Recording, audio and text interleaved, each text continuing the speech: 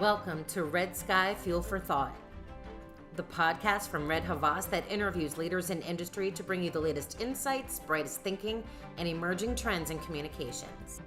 So first up is our Trends Brief segment. This is where we take a closer look at emerging reports, research, or insights, elevating the key takeaways and bringing them to the table for discussion. This month, our own Richard Clarke welcomes Kenny Yap, GM of Social and PR from the Red Agency in Singapore.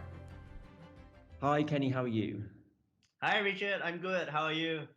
I am doing very well, thank you. Thank you so much for joining me on the latest episode of Red Sky Fuel for Thought. Thank you for having me. A pleasure. No problem. So, Kenny, for listeners' sake, everyone, Kenny is joining me from Singapore, where he is the general manager for PR and social. He runs a team of around 40 consultants and works on a wide range of clients, be that government organizations like the Ministry of Manpower, right through to Domino's Pizza. So a real broad mix of clients there. So Kenny, the first question I have for you is actually around, well, it's sort of just to sort of understand a bit more about the situation in Singapore and looking sort of specifically at the economy. So it's widely reported that the economy in Singapore is a real sort of shining star of Asia. Recent reports have sort of looked at how there's a record slump in light of the pandemic, which is obviously a very familiar scenario around the world. So where's the country at now, in terms of getting the economy going again? Yeah, I think we've been very thankful in Singapore. The government has done an amazing job in this pandemic. Mm-hmm. To date, they have supported the economy with over $100 billion over 5 budget announcements this year. They just announced an additional 8 billion worth of measures to extend the job support scheme announced earlier this week. And the amazing part is that the $100 billion have actually been drawn from the reserves, not incurring additional loans uh, Uh, from different areas, which is really an amazing thing. I guess emphasizing what we call saving for a rainy day. Uh, yeah. yeah, example.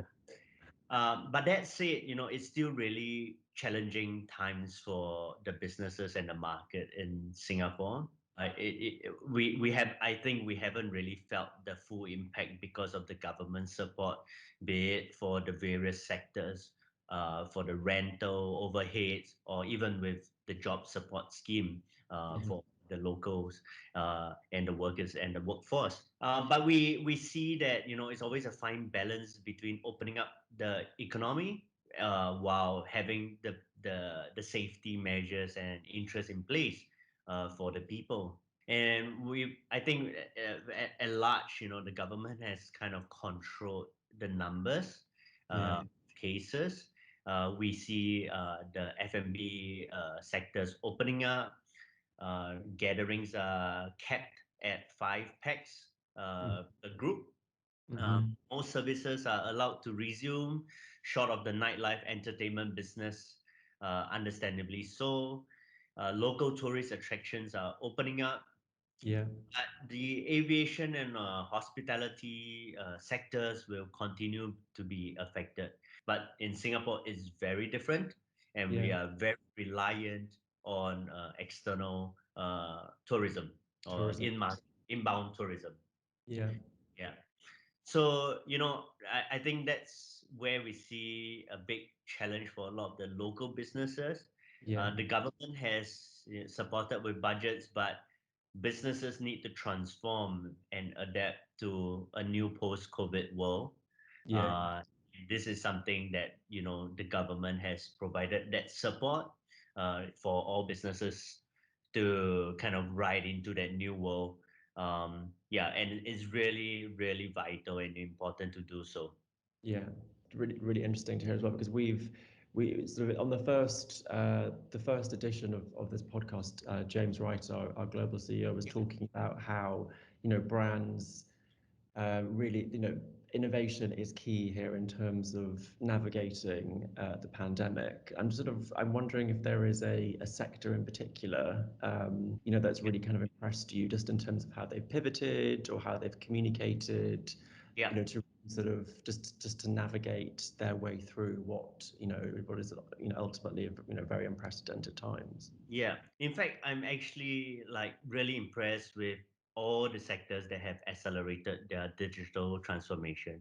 Yeah, It's really amazing when you look at it, where these companies have struggled for years and years to convince whether internal stakeholders or just putting that whole transformation plan into life. yeah, And they've actually managed to accomplish this in the 6 to 8 months that we've been into 2020 because of COVID. yeah, So it's what's amazing is that it could have something that has taken years with lots of pushbacks have actually been able to be accomplished in this couple of months. yeah, But what's more interesting to me is that the pandemic has actually provided lots of opportunities for a lot of sectors depending on how you see it. So taking for example the event sector. Now the hmm, event sector is one of the biggest badly hit sectors where you're constrained by the number of people currently, or companies are not having events where you used to have lots of trade seminars and stuff. But the other side of things is where in the past you were constrained by the size of the venue, but now because everyone is getting used to a kind of digital format of an event, you're actually no longer constrained by the parameters of a venue location. Well, you can probably go 10 times more with an audience.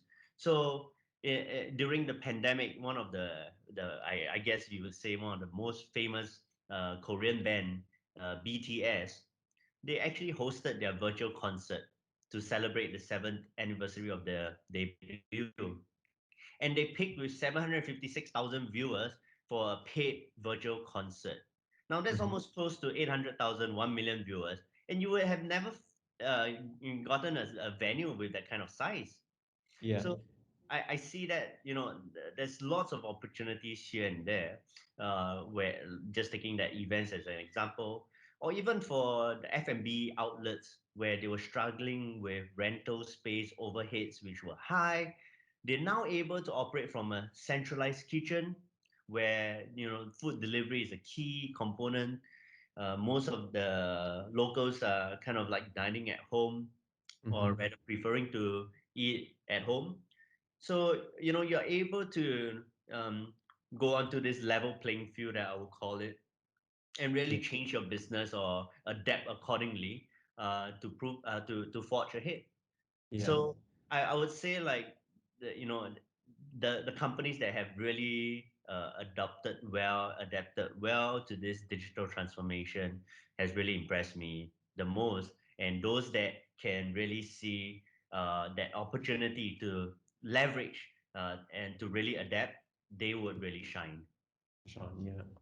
Yeah, because I've sort of in London in particular, the well, it's sort of, well, brands and sectors for me, it's actually been the small businesses that have really impressed me as well, just in terms of, you've had coffee shops that basically pivoted to become grocery stores overnight and that sort of Yeah. thing, also, and somehow managed to also create a sort of an online shopping experience and delivery service as well, literally overnight. So Yes, it's yes. interesting to see, hasn't it? Agree. Totally agree on that. Yeah. And is there, I mean, looking back over, well, just looking back at 2020 so far, knowing that so much has happened, and it's been incredibly interesting, complex time for those that, well, just for everyone, but also, if you look at the sector, the communication sector that we exist in, and operate in, is there a sort of, has there been a standout campaign for you, just, from a brand perspective, be that in Singapore specifically, or even looking a bit wider at, Southeast Asia or APAC? Has there been a real standout one for you? Yeah. I think, back to your earlier point about the small and local businesses. I Yeah, think I agree with you. They have really been really at the forefront. Despite their businesses suffering, they have really created food donation movements for the yeah, underprivileged, for the healthcare workers. yeah, Uh, During this work from home, remote learning kind of a season, not all families have actually the right kind of tools to facilitate that learning experience. And there are a lot of like Singaporeans volunteers that have crowdsourced and donated laptops, or even for like internet connection with hmm, dongles for the underprivileged. So you see a lot of like local movements going on where you really see that true spirit of togetherness coming true. But if you were to ask me from a brand kind of campaign, I think the one that resonated the most with me would be Nike. I'm sure you would have come across that where they said, if you ever dreamed of playing for millions around the world, now is your chance. Play yeah, inside, play for the yeah, world. I mean that really sends the chills down the spine. It really hits it with that copy, and it really ties into how they're able to adapt their service, hmm, where they made their Nike Club training app yeah, complimentary. Really putting out something meaningful for the communities. And so I think that really to me was one of the most like outstanding kind of yeah, campaigns. yeah. Yeah. That's definitely that is a good one. Okay, then, and then going back to sort of what you were talking about a few moments ago, just in terms of sectors that have really impressed you, and looking at digital transformation, or and looking at events and how the role of a virtual event has helped keep sectors going. I'm just wondering, just from a comms perspective, and sort of knowing it sounds like there, just as is the case around the world, that there are certain sectors that are either open or are starting to open, or that there remains there are restrictions around it. So from a comms perspective, how do you think, how can brands and sectors reignite demand? So, I think apart from revenge buying, which we saw take place in China Yeah. uh, uh, pretty soon, where, the lockdowns were lifted and stuff, I think brands have to rethink certain areas. Like, what is that code of convenience and safety for customers at large? I think that's a big paradigm shift. Hmm. And the code of convenience could mean very differently for the different stakeholders, different audiences. So brands would have to shift that approach, accordingly. But at Havas, we have this global Havas meaningful study, and we Hmm. know a lot about what meaningful brands mean and matter to the audiences. And from the study, we know that a lot of the younger generation stakeholders are observing how brands are acting, especially during this COVID period, Yeah. observing whether brands are delivering meaningful impact through their business, helping communities. And we know that these audiences are seeking brands that are meaningful in their approach and are looking to support them thereafter. Yeah. So I think for brands and sectors, it's always easy to look into sales as a predominantly kind of like a bottom line output. But Hmm. I think that we've seen an increase of focus on what is meaningful, and the customers or the stakeholders are really looking at how brands are really acting during this COVID and moving forward. Yeah. It's sort of there's never been doesn't think there's ever been quite such a captive audience for brands, has there? Other than Yes. now, in And terms of I mean, we always there's always this challenge nowadays. Do you yeah, spend on branding versus performance marketing kind of ROI kind of campaign? yeah, And in today's climate, there's no better time to invest and hmm, reinforce those branding elements, where sales shouldn't take center stage while it's important, yeah, but if possible, really build on that brand element. And when we resume back into that new norm, your stakeholders are there, and I think that brand longevity and value would really Yeah. increase significantly. Wise words there, I think. Yeah. So let's end on a positive. Yeah. Just so from a comms perspective, is there anything that you're actually really keen to ensure, stays as a result of this pandemic? We know good can always come out of bad. So is there anything that you're really keen, that to ensure it continues? Yeah. So I think the role of comms to me has really stood a test of time and evidently has become even more important during a crisis, especially the narrative and the manner it's delivered. So whether it's external or internal comms, to me, the fundamentals don't change. And I believe they will continue to be the pillars of comms. So what I have is this acronym of what I call ACEIT, ACEIT. The Uh-huh. pillars of comms should be authentic, they should be clear, they should be empathetic, informational or inspirational, and should be transparent. And I think with how Airbnb's CEO Brian Chesky Hmm. dealt with the layoffs, it was a real accolade of like how some of the toughest message can be actually really delivered in a way that people could feel for it and could take it as positive as it could be. And the letter really addressed the employees with an empathetic tone. It showcased the passion for the company, for the people. It gave a very detailed background to the financials of the company. It described how it came to the decision to make these reductions. And so to me, it really shows that the role of comms, I believe strongly, would stay to be a very integral part of any business beyond the numbers. And I think like that to me is one key area that will probably never change in terms of the fundamentals. Well, Kenny, thank you so much for the chat. That was a really interesting. That was a really sort of interesting conversation around the sort of situation in Singapore and looking sort of more broadly at Asia. So, at the end of this podcast and each episode going forward, we will spotlight one person from our industry or network to understand a bit more about what makes them tick. This interview is our Red Questionnaire.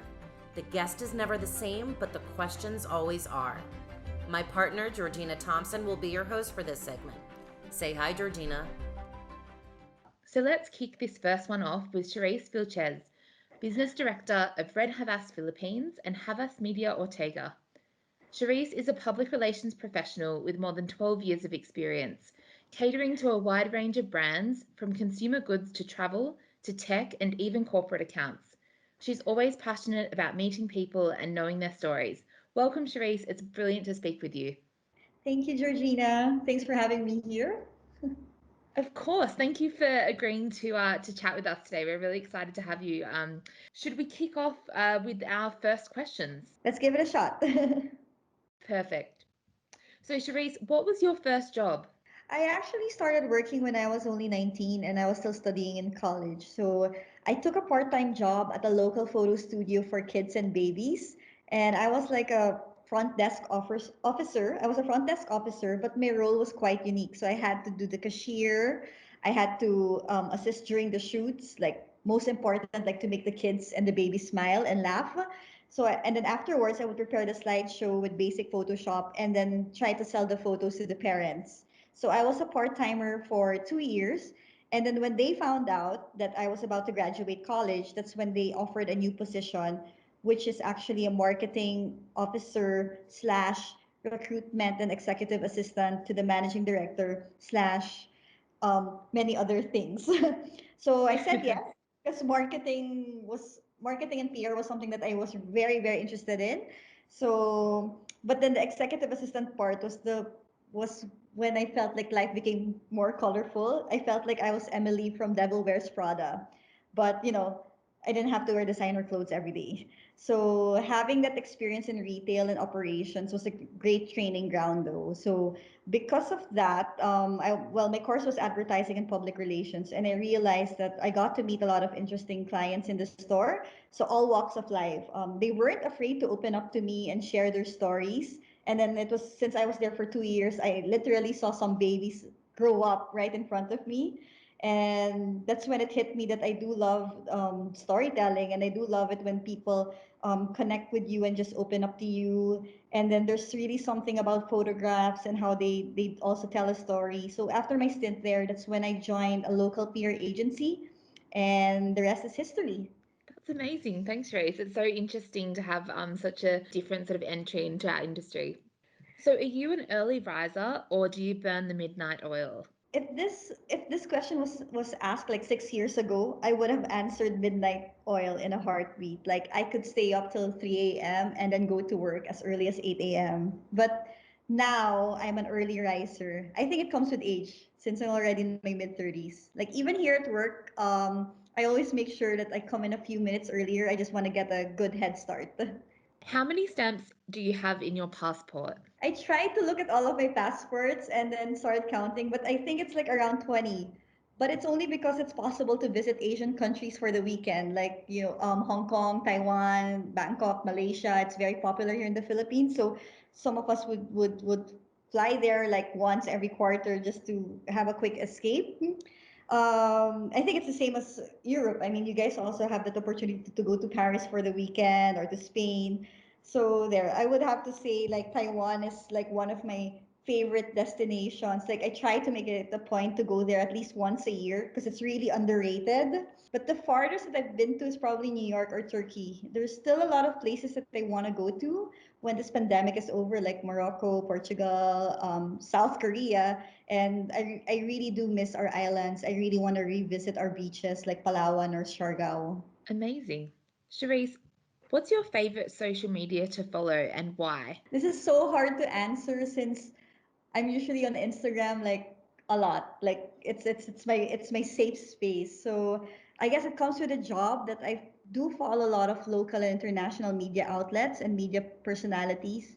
Like in the Philippines, I do follow Mirza Season. She's the first editor of Cosmopolitan Philippines, and she's someone that I really look up to.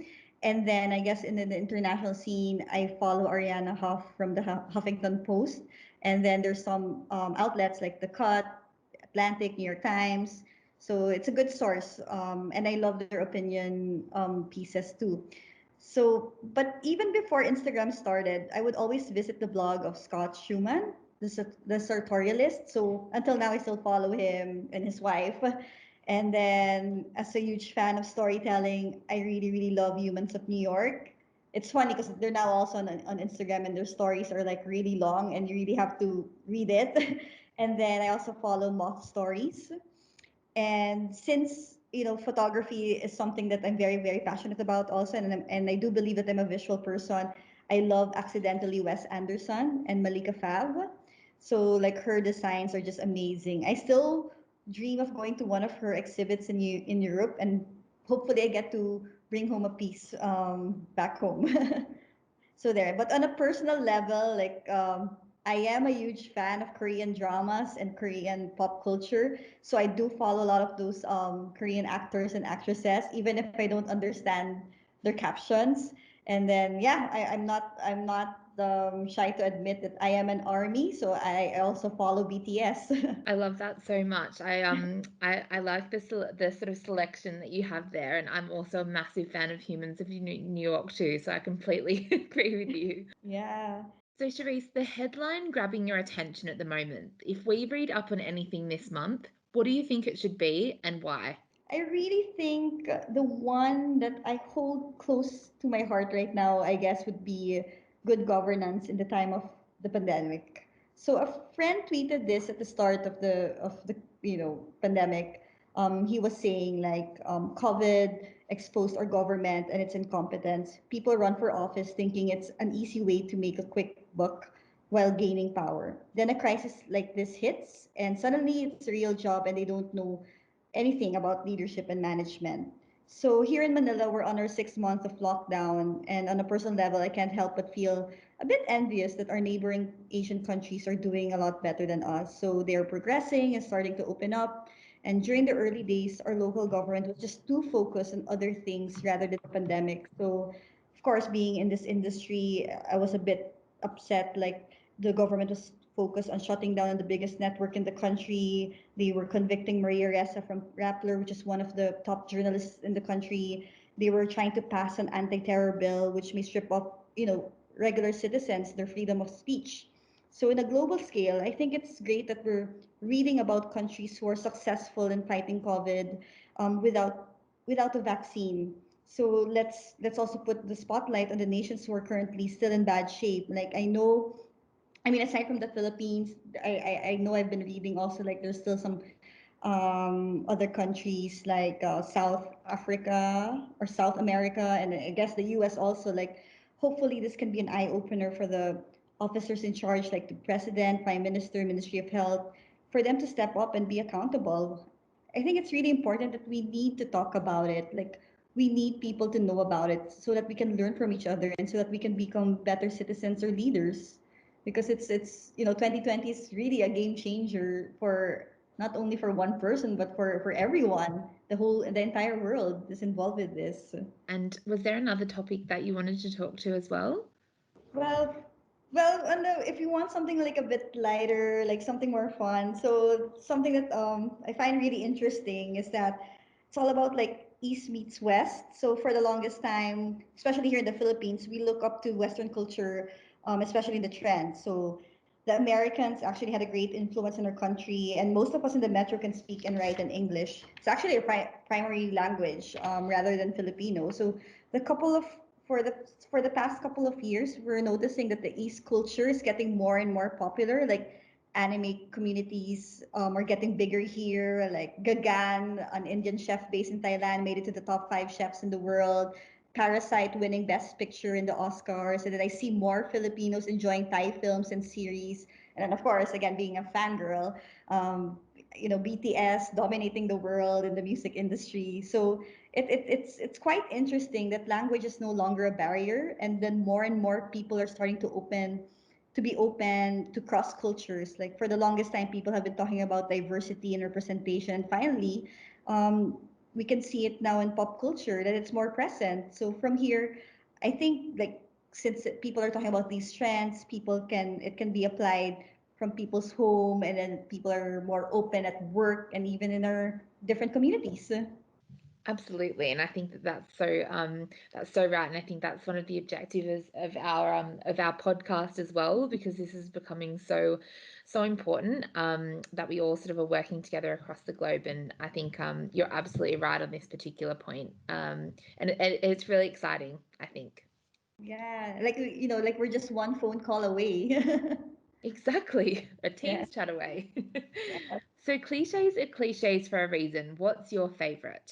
So it's what goes around comes around, or as you sow, so shall you reap. So I do believe in karma. Like whatever you put out there in the universe, it will go back to you. Like sometimes we don't get the result we want immediately, but after a few years, you'll be surprised that it goes back to you. Like life has a funny way of surprising you. So like there were some instances in my life, like for example, like I did this project, and then you never you try to help a friend, and then afterwards you didn't hear from him or from her, and then after 5 years your paths will cross again, and then you for some weird reason he or she will return the favor, and then you'll just be blown away by it. Like, okay, so there is no deadline for these things, so I really believe in that.